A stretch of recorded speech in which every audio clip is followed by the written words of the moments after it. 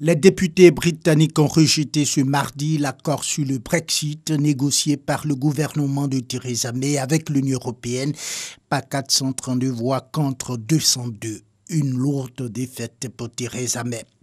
Quelques minutes avant le vote, la Première ministre avait pourtant demandé aux députés de respecter le résultat du référendum. Ni la promesse de travailler plus étroitement avec les députés, ni les appels aux élus de ne pas trahir le vote britannique en faveur du Brexit n'auront convaincu la Chambre des communes. Des milliers de personnes qui ne veulent pas quitter l'Union européenne ont suivi le déroulé du vote avec beaucoup d'intérêt.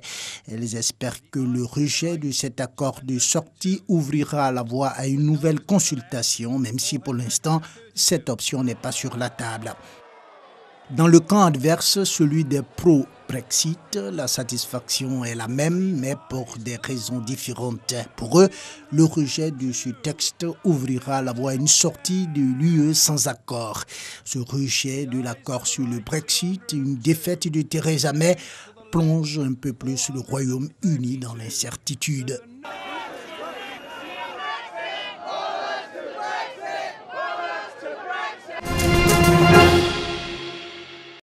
Douleur, tristesse sur les visages de la famille Soro au quartier Nanyenefou.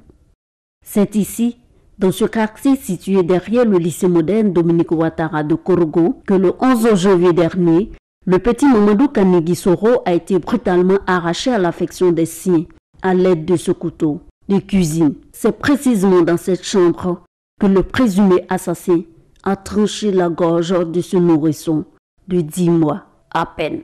Ma maman et ma femme, ils sont sortis dans le quartier, ils sont en train de chercher l'enfant. Mes frères aussi, tous ils sont en train de le chercher. L'enfant vient de commencer à marcher, il ne peut pas aller loin. Donc moi, je sais que l'enfant là, il n'est pas loin. Quand il rentrait dans ma maison, j'ai vu un pied de ceci devant sa porte. C'est là maintenant j'ai dit à mon petit frère, il n'aura pas venu taper la porte.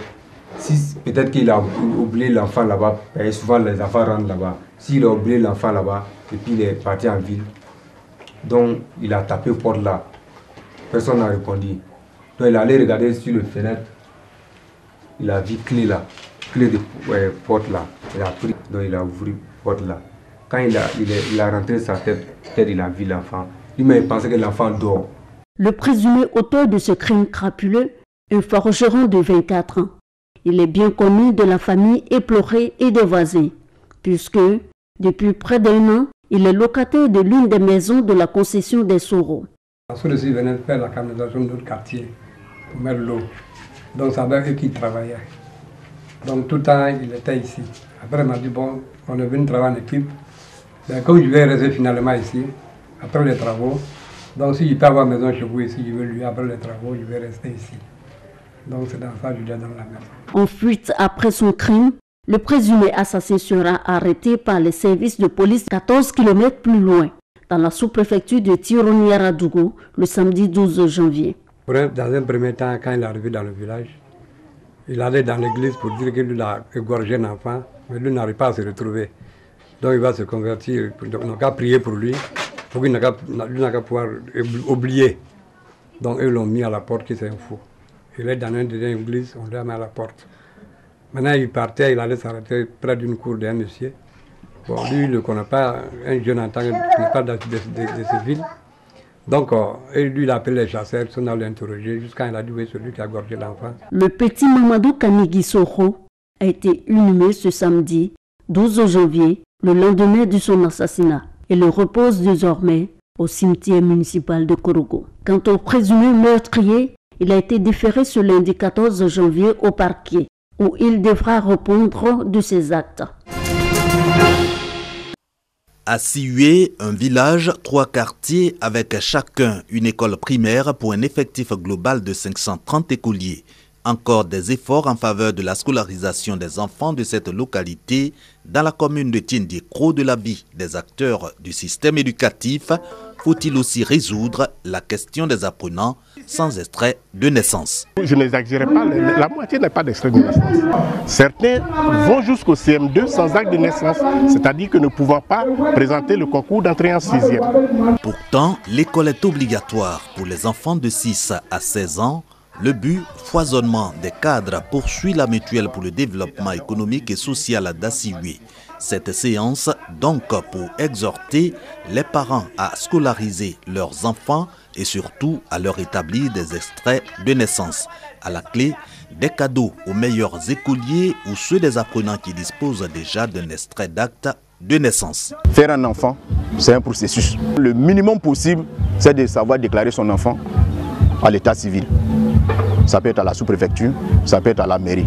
Ça ne coûte absolument rien. Cette séance de sensibilisation porte à 8 millions de francs CFA en 3 mois. L'appui de la mutuelle pour le développement économique et social à la politique de l'école obligatoire à Assioué, après la remise de manuels didactiques et de vivres aux écoles, ainsi que la dotation du village en matériel de salubrité. Brouette, pelle et râteau en main, responsables et membres des associations UGECO, Union de la Génération Consciente, AFA, Amicale des Frères Amis et NFL, Nouvelle Famille des Leaders, mais aussi hommes, femmes et enfants du quartier Ayebi, situés dans la commune d'Abobo, sont en plein nettoyage. Ils assainissent leur cadre de vie. Caniveau curé, rue et ruelles balayées. Il s'agit pour eux de rendre leur environnement propre afin d'éviter les maladies liées à l'insalubrité. Une opération qui, selon les responsables de ces associations, s'inscrit dans le cadre de l'opération Grand Ménage initiée par le gouvernement et du vaste projet d'assainissement des quartiers de la commune souhaité par le maire Ahmed Bakayoko. Nous voulons sensibiliser les habitants sur notre cadre de vie et sur notre bien-être social. Donc je pense que c'est une opération de grand ménage que nous avons initiée en 3 associations. Réellement, notre cadre de vie est notre première protection sociale au niveau de la santé. On est conscient de la protection de l'environnement et conscient que l'environnement dont nous vivons nous appartient à nous-mêmes d'abord. Nous avons décidé de faire souffler un grand vent de changement. Et ce vent de changement a commencé dès aujourd'hui. Nous avons commencé aujourd'hui avec les matériels qu'on a à nos seins. Pour que notre quartier ne soit pas le quartier de potoir d'aujourd'hui ici à Abobo. L'insalubrité dans les quartiers et sous-quartiers de la commune, les populations indexées. C'est les riverains, ceux qui habitent à côté même, qui font tout ce travail. Parce qu'une personne extérieure de votre environnement ne peut pas venir salir d'où vous vivez. Il faut que nous pensions à la propriété. La propriété, c'est la santé. Donc nous disons aux riverains d'éviter de verser les déchets dans les caniveaux. Ces jeunes volontaires du quartier Ayebi d'Abobo entendent poursuivre cette opération de salubrité tout le week-end. Leur souhait, être dotés de matériel adéquat en vue de leur permettre d'assainir davantage leur environnement. Ta démarche là me plaît, on dirait femme de brouteur. Dembokro, première localité visitée par l'équipe de production de l'émission humoristique à succès de la radiodiffusion-télévision ivoirienne RTI Bonjour dans le cadre de Bonjour Tour 2019. Pour les organisateurs, il s'agit d'offrir l'opportunité aux populations des villes de l'intérieur du pays de profiter du spectacle en live. Et c'est l'esplanade de la Citaraya qui a servi de cadre pour ce grand rendez-vous du rire. Les humoristes, eux, ont égayé le public de Dembokro en faisant montre de leur talent. Malgré ces cadeaux-là, il y a d'autres qui ont pris Clofi quand même. Zouglou, quand quelqu'un laisse, en tout cas ce morceau-là, ça tue au quartier.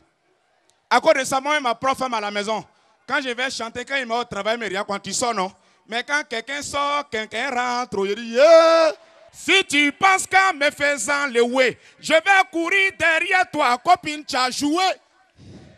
Parce que l'homme, même quand il n'est pas diplômé en beauté, tant qu'il a son jeton seulement, il t'a pas poteau. Les différentes prestations des humoristes appréciées par autorités, élus, cadres, parrains et publics de Dembokro qui n'ont pas boudé leur plaisir. Bonjour 2018 a été un succès, un grand succès. Il y avait du monde. Donc la population a réclamé Bonjour 2019 et j'ai tout fait pour que 2019 soit. Merci à la RTI, merci à la population et que Dieu nous donne la force d'organiser Bonjour 2020. Après la ville historique de Dembokro, les humoristes se disent prêts à affronter le public des autres localités de l'intérieur du pays. C'est comme un Baoulé qui est saoulé, il a envoyé à Bidjan nouvellement, il est saoulé, il est assis en bas là. Et puis il dit, mais c'est comment? Redresser le bas là. Elle dit, comment ça? Elle dit, mais le bas là est un peu tordu.